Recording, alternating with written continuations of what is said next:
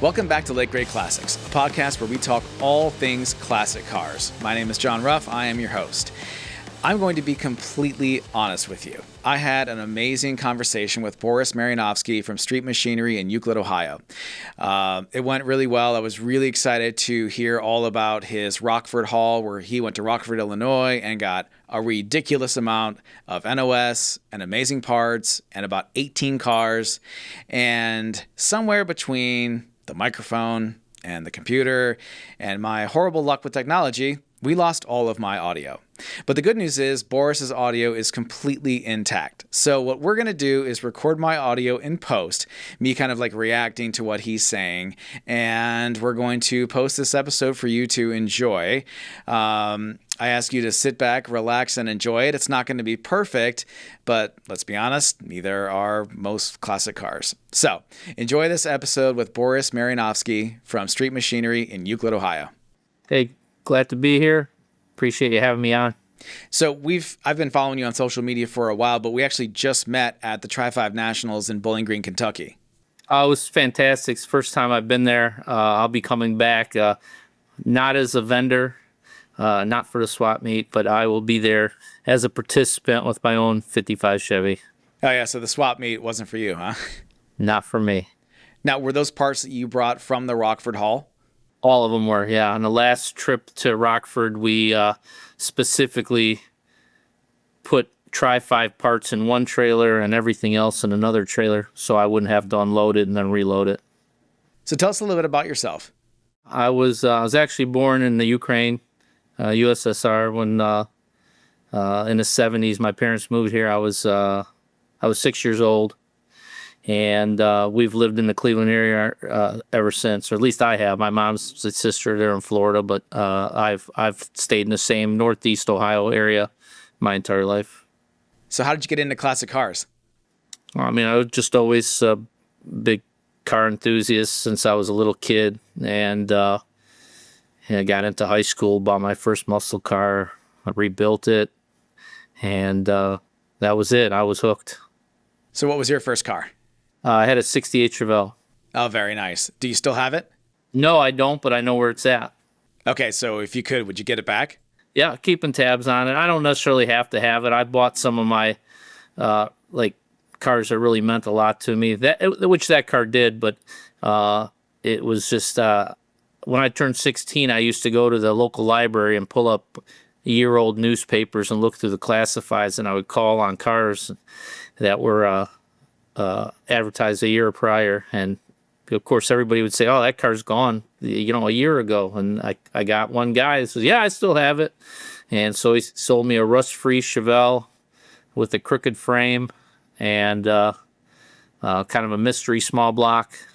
I think it was $1,800 and my buddy, my dad's friend, pulled the frame for me so I can get the fenders semi-straight, and went through the motor, went through the wiring, and just about the time I got it done, I found another car I wanted, so I sold that one and bought the other car, and that one I still have today.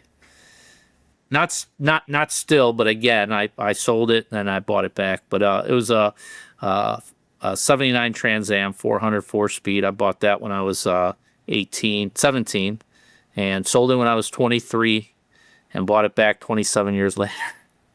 So are there any cars that you've sold along the way that you wish you could get back?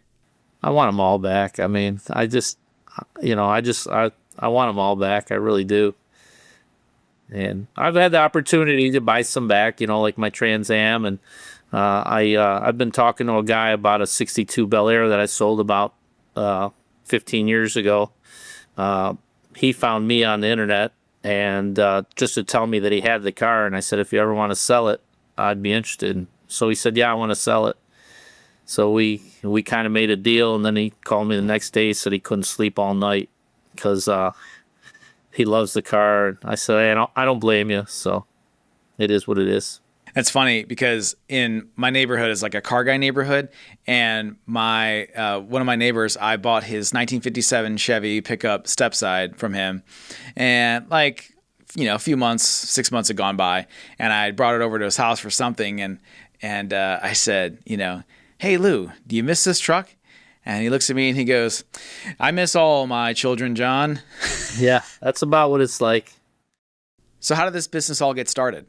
Well, my boss, I was going to go to a tech school, and my boss said, if you don't go to school, I'll double your pay, and you'll learn more here than you will at school. And he was right.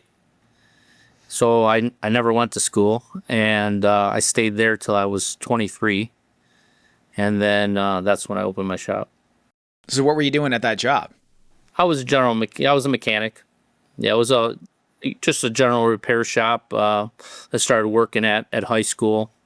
At first, just helper cleaning up, and then when they'd leave me alone in the evenings to clean up or whatever, somebody would come in looking for something, need a little emergency repair, and I'd just do the repair and make out an invoice, and they'd come in the morning like, "What are you doing? Why are you working on these cars?" I'm like, "They were in a pinch, And that's how it all started.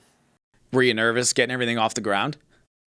Yeah, I wasn't too nervous because I still lived at home. I didn't have any children. I really didn't have any big expenses, so I wasn't too nervous. The only thing I was worried about was I couldn't find a place to rent other than one of the customers that at the shop that I worked at.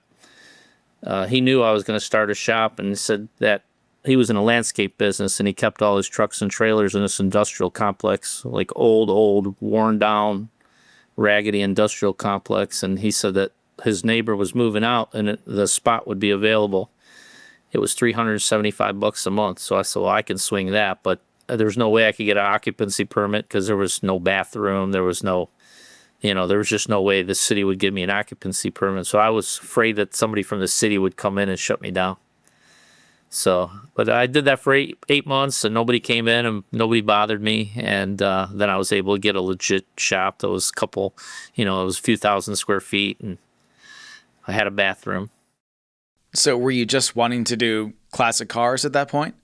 Yeah, I had a partner at the very beginning, and so I didn't name it Street Machinery until I started to get away from the regular cars, and try to just do mostly the older cars and custom cars, and that's when I named it Street Machinery. But yeah, at the very beginning when we were doing general repair, I never knew if I was going to be doing a timing belt or a rack and pinion job or a tune-up or whatever. And I did that for 7 years and realized it's not really where I wanted to go.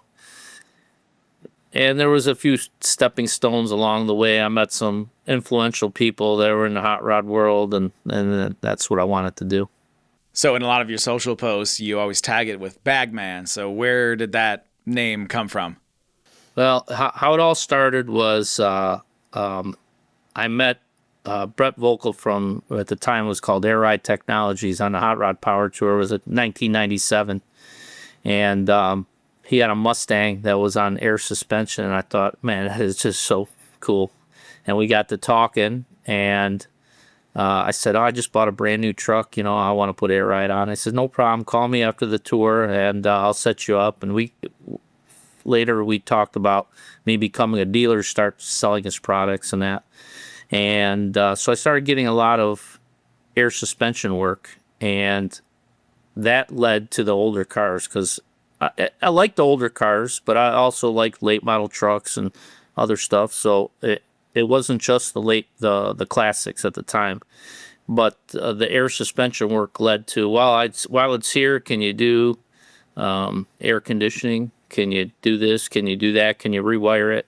And that took so much more time. There wasn't really any time to work on regular cars because people needed their stuff at the end of the day so they can get to work the next day. So there's probably no shortage of guys wanting to make these modifications to their classics. Oh, it's nonstop. I mean, we got a 63 split window in right now that's ready to go home, and a customer stopped by Saturday. He says, I think I want air conditioning, and I think I want power steering. And I'm like, he's a great guy too. And it's like, and he goes, I don't care how long it takes. I said, good. I'm glad you don't care, because it's going to take a lot longer now. So based on what I've seen on your social reels and your posts, you seem to have a more positive reaction to like the 58 to 62 Chevys. Am I right? And when did that all start? That started in the late 90s. I was at, I can still remember all this stuff. Well, number one, there was a friend of mine had a job at a local Harley store, and they took a 62 Impala in on trade-in, and he called me to come look at it. And so I went over there, and I was going to buy it, and I'm just like, I'm just not feeling it. Had a big block in it and stuff. Had some Bondo popping. So I passed on it, and then I think the next weekend I went to a Super Chevy show, and there was a Pro Street 62 bubble top and I just couldn't place why that car looked so much better to me than the 62 Impala that I went and looked at. And once I figured it out, I was on the hunt. I had to have a bubble top. And the bubble tops turned into sedans and station wagons, and I didn't care anymore. I just liked the 62. Even the Impalas, grew on me. The Impala roofs grew on me. And so now I love them all equally, 59, 60s, ones, twos, I love them all.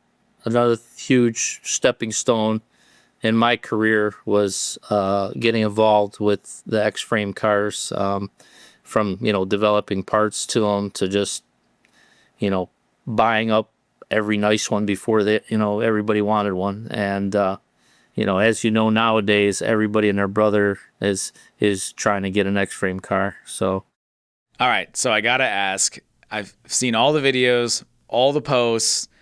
Tell me about the Rockford Hall and how it all began. It all started with somebody had tagged me on Facebook for an ad that just had a really dark picture of a building that you can make out maybe a Nomad and a 56 convertible. And it said that, a multitude of cars for sale and unbelievable amount of parts, but no price. And so I messaged the guy. I said, where are you located? He just said Illinois, didn't tell me where. And I said, you got a price in mind? He said, no, I'm looking for offers. And I just, I'm not interested. I don't want to chase it that bad, And I let it go. And I guess my name kept coming up. And what he was doing, I guess, is super nice guy, by the way. But what he was doing, and wasn't a car guy, and I liked his approach. He started contacting YouTubers that do like barn finds, videos on collections and that sort of thing.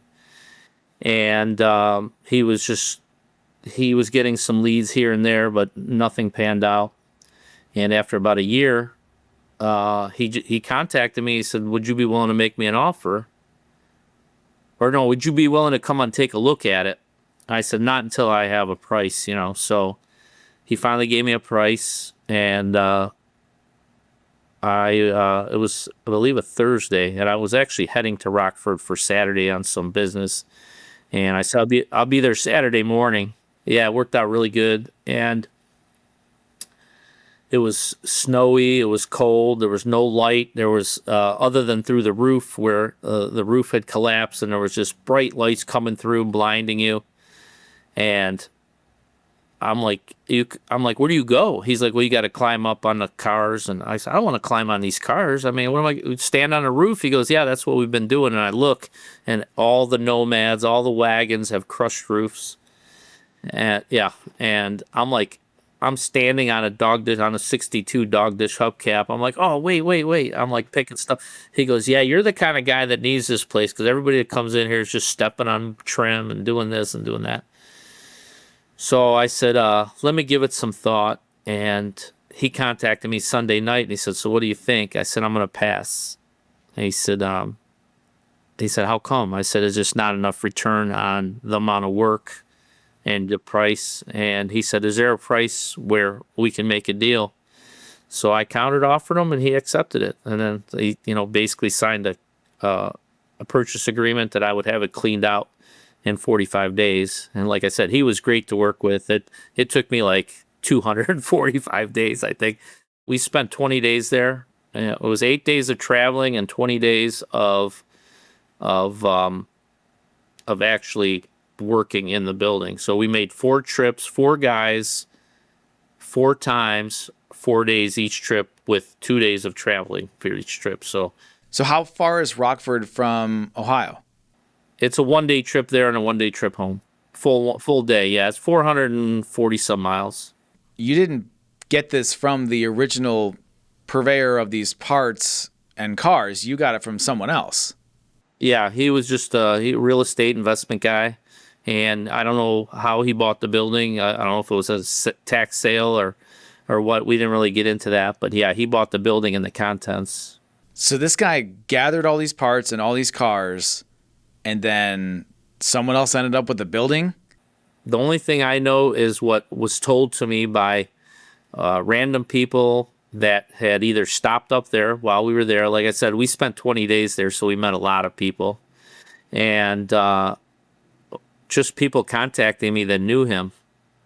So I've never talked to the guy. I've never met him. But yeah, he's still alive. I guess he was our first or second trip was a couple days after the big swap meet up in Wisconsin. They said he was up there buying stuff. Just let's go with 4 guys and 2 trailers and see what we can come up with. So we didn't have any equipment.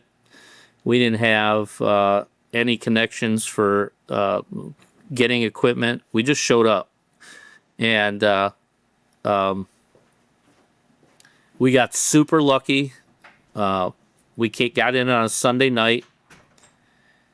We were getting ice in the morning, ice and water at the gas station. And as we were pulling out, this guy pulls in with a skid steer to get fuel. And he said, "Hey, am I in your way?" We're like, no, we're pulling out.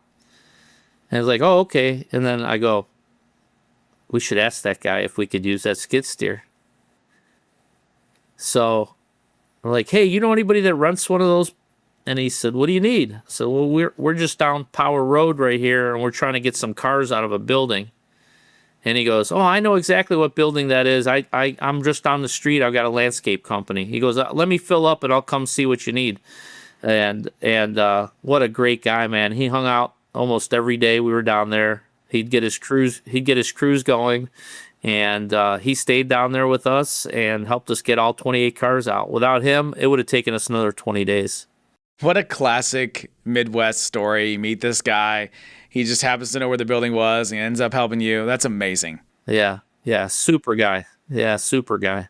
You guys got a lot done in not a lot of time.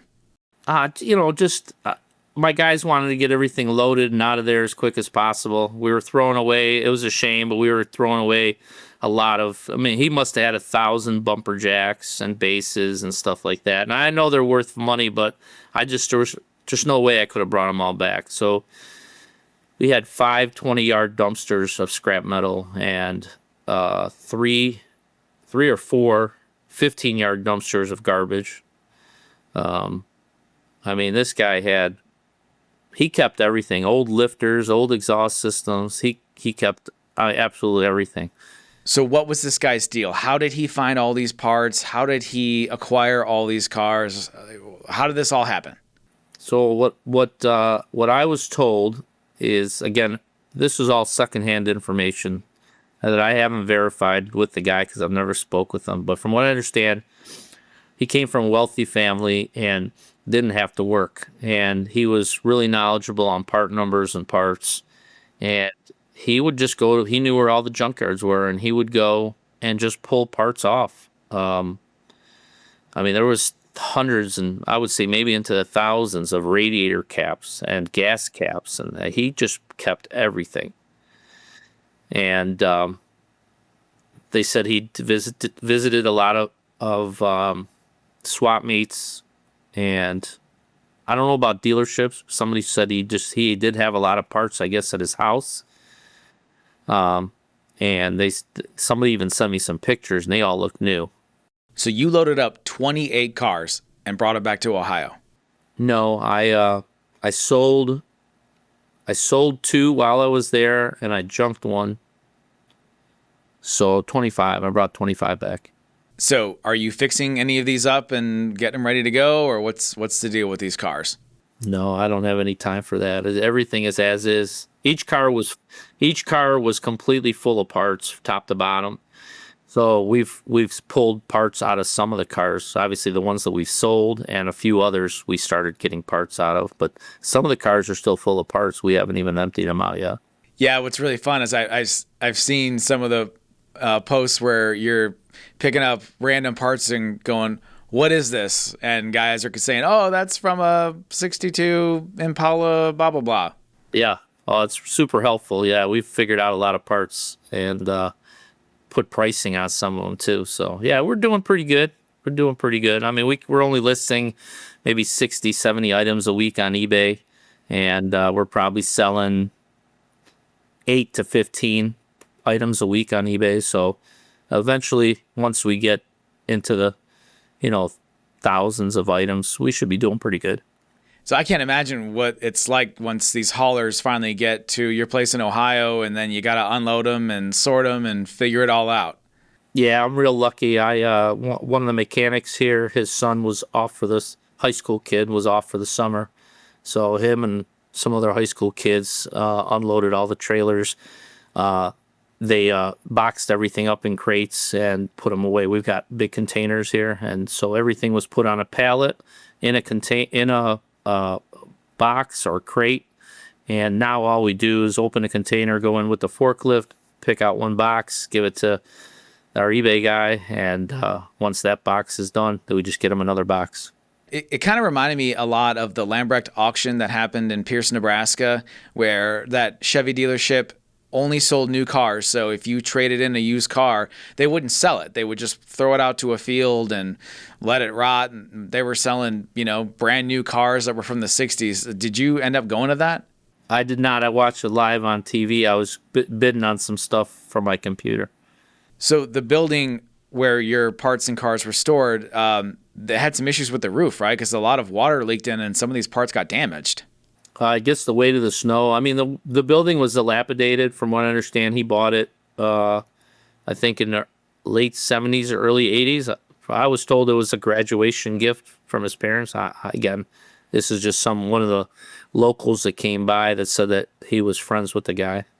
And I guess once it got full, he just quit going there. I guess there was 32 cars outside or 30-some cars outside, too, that the new owner took to another location, had an auction, and sold those. Again, my mind goes back to the logistics of this, figuring out what goes where, how to get these parts out, where they were going, what trucks they were going in, how you're going to get the cars back. Blows my mind. Well, the first trip, like I said, we were just winging it, and so we brought 2 trailers. We didn't really bring any equipment. And so we were kind of loading the trailers where, we don't want this trim getting. I'm finding 62 Bel Air side trim, and I'm like, okay, I can't put this in a trailer because who knows when I'll get back to it. So let's put that in the truck. And we just weren't prepared for the trip home. So I think we had a lot of wasted space coming home. But the first 2 trips were really about getting the cars home more so than the parts. But by the second trip, we got it figured out. We had brought pallets with engine crates that were flipped upside down. So like a new GM crate engine comes on a crate, and then it's got like a wooden box over the top of it with cardboard.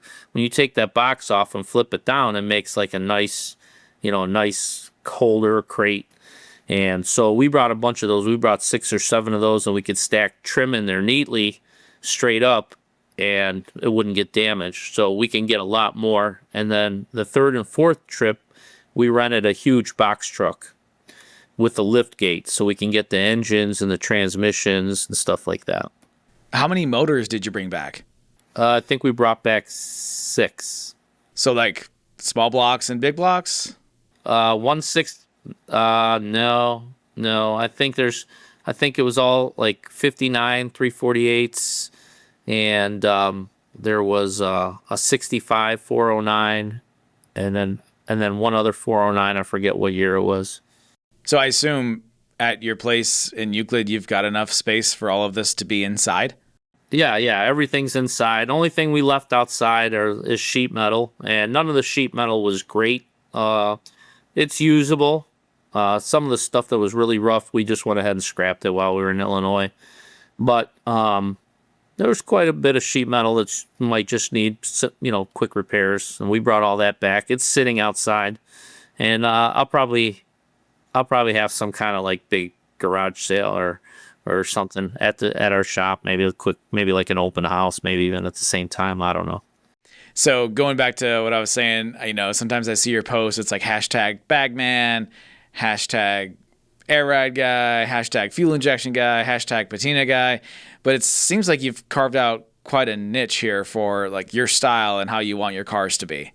Man, it like I said, there were stepping stones along the way. I saw that first Mustang with the air suspension, and I jumped in with both feet and became the airbag guy, and I've always had wagons. I mean, since the nine, I still have a 65 Chevelle two-door wagon that I bought out of Hemmings in 1991. Yeah, and so, I was the wagon guy, and then I was the bubble top guy, and it just whatever I enjoyed doing, I made it my business pretty much, I was into fuel injection from the very beginning when I was coming up as a mechanic. That's when cars started going away from carburetors. Late 80s, early 90s, everything started getting fuel injected. I became proficient at EFI on everyday cars, and I think anybody that wants to work on cars, man, if you become a mechanic first, you're going to learn a lot, from the very beginning. So, I did my first TPI motor in 1990. I know they'd been out already for a while, but that was when we did back then. And I still remember seeing my first LS swap and in person, and I thought, oh, I got to do this. It was at a Good Guys event, and it was a light blue 55 Chevy with steel wheels, dog dish hubcaps. I think it was might have been the owner of Southeast Chevy Parts, I think. But anyways, it was just a clean swap, and I go, oh yeah, I gotta do this. That was in the 90s, I would say. And I went home. I bought a wrecked Camaro with 5,000 miles on it. And I mean, it didn't have one straight panel on it. Every panel that was plastic was cracked. Any panel that was metal was bent. I think the spoiler and the T-tops, which popped off and fell in the car in an accident, were the only things that were good. But it had a LS1 with a T56, and I put that in a 61 Brookwood wagon. And, that was the start of the LS thing. That became the LS guy. So today, it's basically turnkey to do an LS swap. I can't imagine how hard it would have been back then to figure out, the motor mounts and the wiring, and how'd that all go? I actually sent the wiring harness to Spear Tech. They were already in business. They'd already been doing LS swaps. And I think, man, I want to say I paid $700-800 for him to convert my harness to to a simple hookup, and now it's commonplace to do that. But back then, there was still some mystery to it. So yeah, I sent him my computer, I sent him my harness, and I want to say it was upwards of almost $1,000. I made my own mounts. We no longer notch the cross members or stuff to get them to fit, but back then, I just, it was just easier. Okay, set it in there. It doesn't fit. Let me cut this and let me do this. And that's how I got it to fit. Now we make a bolt-in motor mount transmission kit that you just bolt it in there. You don't cut nothing. You don't trim nothing. You don't weld nothing. You just bolt it together. It's such a great time for the hobby with all of these modern improvements that we can do to the cars, and you can make it almost like a brand new ride. I mean, my shop is full of young guys that are so friggin' smart, man. And I look back to being their age, and they're so far advanced in what they're doing to what I was doing with a cutoff wheel and a grinder at their age, I mean, we're printing parts, we're machining parts, it blows my mind. I don't go in the shop that often because I'm so busy in our back shop where we do the frames and the engines and all that. When I go up there and I look at the work, it's like, oh my God, these guys are amazing. I mean, amazing. So you sell a lot of roadster shop chassis. How did that all start? I don't remember the exact year. I think it was in the mid-teens, maybe like 2014, 15. A friend of mine became a sales rep for them. And of course, I've heard of them. And I hadn't, at the time, we weren't using aftermarket frames or anything.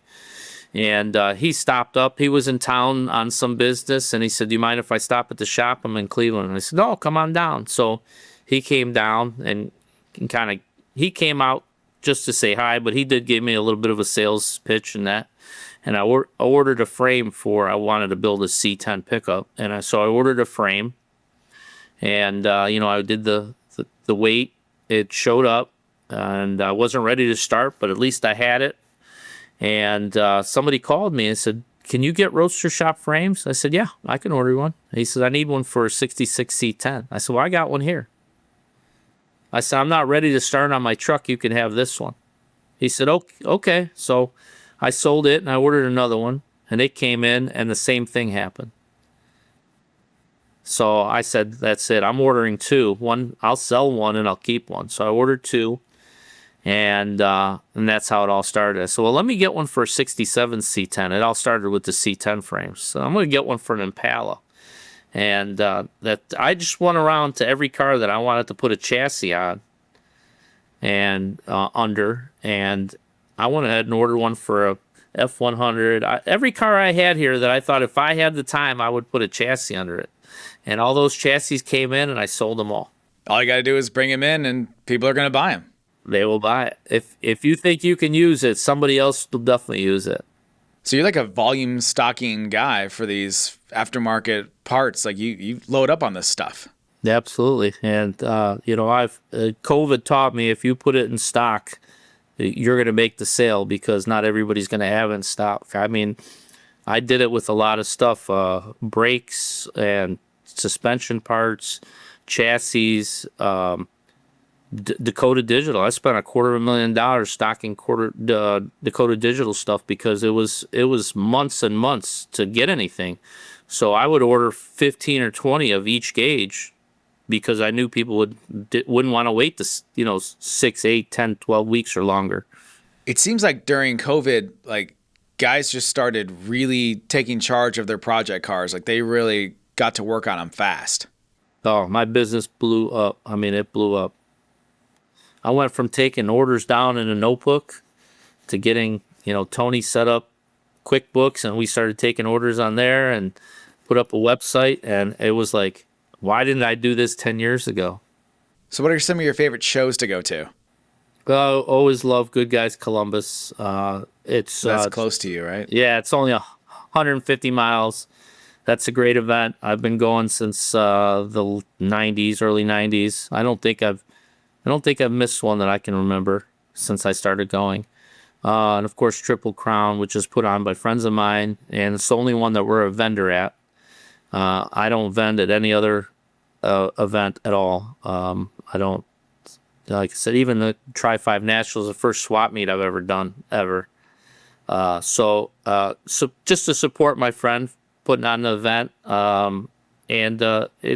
we enjoy it. My guys get to, that we shut the shop down and my whole shop goes down there.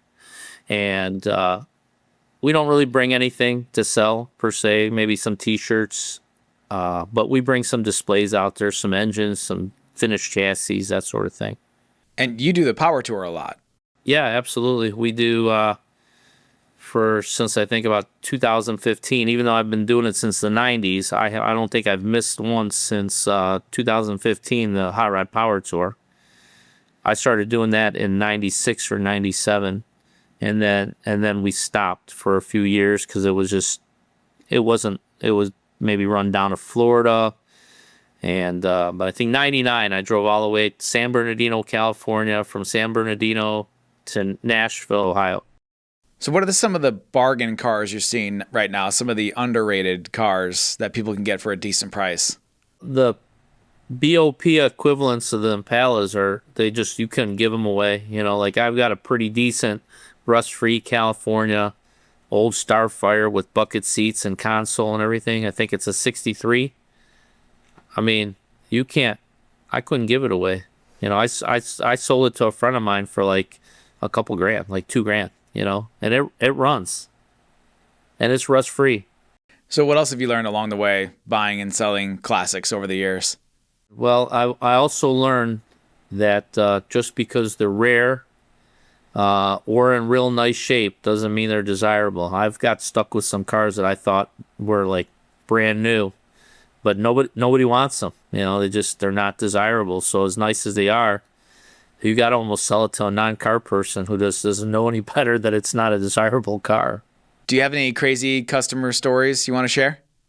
No, I mean, I got the best customers. I mean, I can't even remember the last time I had an issue with the customer. I had a guy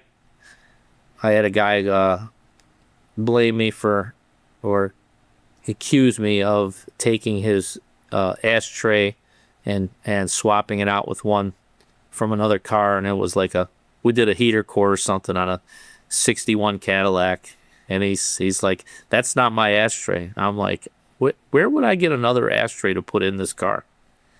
He's like, I will bead blast it and paint it if you don't. Like, he goes, mine was way nicer than that. I'm not talking about like the whole ashtray, just a little insert where the ashes would go. I'm like, okay, whatever, man. I'll bead blast it and I'll paint it, but I can guarantee you that is your old one, because I wouldn't have another one here to swap you with. So what are you seeing for the future of the hobby? It seems to be in pretty good hands, right? Absolutely. I think that there's going to be an abundance of original parts. I just bought a completely restored 55 chassis, wheels, drivetrain, drive shaft, exhaust system out of a fully restored 55. Customer bought a chassis with a LT and a 6-speed, and he has no use for it. And I have no problem selling stuff like that. I mean, I used to, and I still do.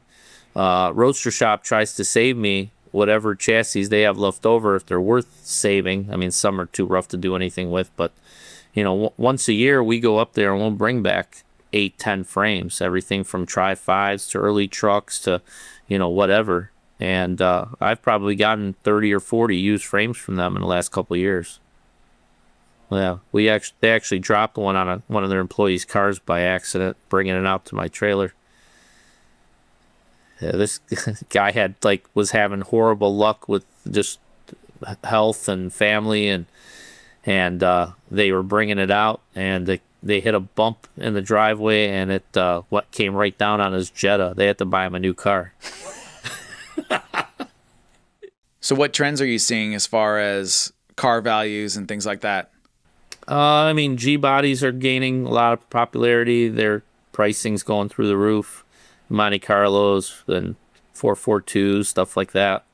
Of course, all the other stuff. I don't know. I hate to say it, but I think the Tri-5s are not. I'm not saying they're tanking. Yeah, they leveled off a bit. Yeah, I've had a 55 convertible with the 6-cylinder that a friend of mine posted. That's the one I'm keeping it. I've actually got a chassis for it. It's a restored car, but it's a 6-cylinder 3-speed. And a friend of mine comes by the shop and puts some cars on Marketplace. He posted on Marketplace kind of like at one time I just said I'd sell it if I get 85 grand, and kind of forgot about it. And so he posted it last week, and my phone's blowing up like, hey, you selling that 55? No. So, Joe's got it on Marketplace for 85 grand. I'm like, yeah. And it's just a 6-cylinder with a 30-year-old resto. Was done in 95. And so it's not a fresh car, and it's a 6-cylinder 3-speed, and he put it up for $85,000. He said he had a bunch of leads on it. So I don't think they're tanking, but I think the numbers might be down 10% on them. Now, the 59 ragtops have really taken off. Yeah, I I participated in an auction on Saturday, up in New England. There was a red 348 59 convertible, and I told myself the pre-bidding only got up to about 71,000, which we know that doesn't get real high, but I thought that was a little light. And I took it up to 150, and it ended up selling to somebody at the sale for 155 plus 15% fees. I don't know if the fees were the same if you were there, but the internet fees were 15%. So I would have had another 22.5 in it. So that would have been 172.5. I said, no, I'm not buying a car. I'm just not doing it without looking at it. You know what I mean? I was already rolling the dice more than I wanted to at that point. But yeah, I bailed at 150 and then ended up going for 155. There's certainly some pretty big pros and cons about buying these cars at auction, right? Yeah. Oh, there's no doubt. I mean, there's if we can get the hacks out of the business and get the quality guys back in, there's a lot of cars out there at these auctions. We're fixing one right now, a 62 Impala that guy bought because it had shiny red paint, but it's a mess. It is an absolute mess, and I'm pretty sure he would have never got involved if he really would have known what the car was before he bought it. Yeah, well, recently I was looking at a 57 for my son, and I went and saw it in person, thank God. And I was just noticing little things here and there that were off or completely, wrong.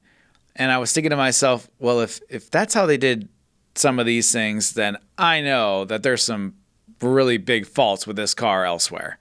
Oh, yeah. Usually you could see stuff, and then you just know the rest of it is the same way. Well, you can usually kind of tell if they threw the car together pretty quickly on a deadline. Yeah, absolutely. I hate for these auctions to get a bad name because of the guys that actually throw the cars together because they know there's no repercussions. It's like once they bid on the car and they win it, it's like no backs. It's yours. I got you. So what's your favorite LS to throw in an old car? Man, any LS you can get your hands on. I don't know what's going on here. I'm glad I invested every penny I had in all the LSs I could find about 6 months ago because I think we're the only ones that have them. And I'm running low myself. I think I'm down to pay maybe the last 10 or 11 crate motors. So what do you think the deal is? Like, why can't you just get more? Yeah, it's I think we're just small potatoes for them, no matter how many of those LS they sell. I think it's just one tiny little small part of their business, and they just have bigger fish to fry. That's what I'm thinking anyways. So Boris, how do people find you? How can they get in touch with you? They can reach out on Instagram. We have a website. It's all Street Machinery on Instagram, Street Machinery on our website, streetmachinery.com. We're on Facebook. I have a Street Machinery Facebook group for classifieds that I started about 10 years ago, maybe. It's called the Street Machinery Sunday Swaparama. It just started on my own personal Facebook where on Sunday, because people would say, hey, you got more people watching your stuff. Can you post my car? So then it would just get annoying after a while. Okay, Sunday, post up your stuff. And it was magical. I mean, I still remember my first buy on there was a rust-free, untouched 58 Impala convertible, $38,000. Wow, where'd you get that? It was in Iowa. And I saw it. A guy had a phone number in his post or in his comment, and he left out one digit. So I'm like, which digit did he leave out? The front, the back, the middle? I'm calling every different combination, and he finally answered me. Well, Boris, this has been awesome, man. Thank you so much. I really appreciate it. Yeah, it was a pleasure. Yeah, man, I'm glad we could meet at the Tri-5 National. So I was glad you were able to come by and introduce yourself. Awesome, man. Thanks so much. Take care.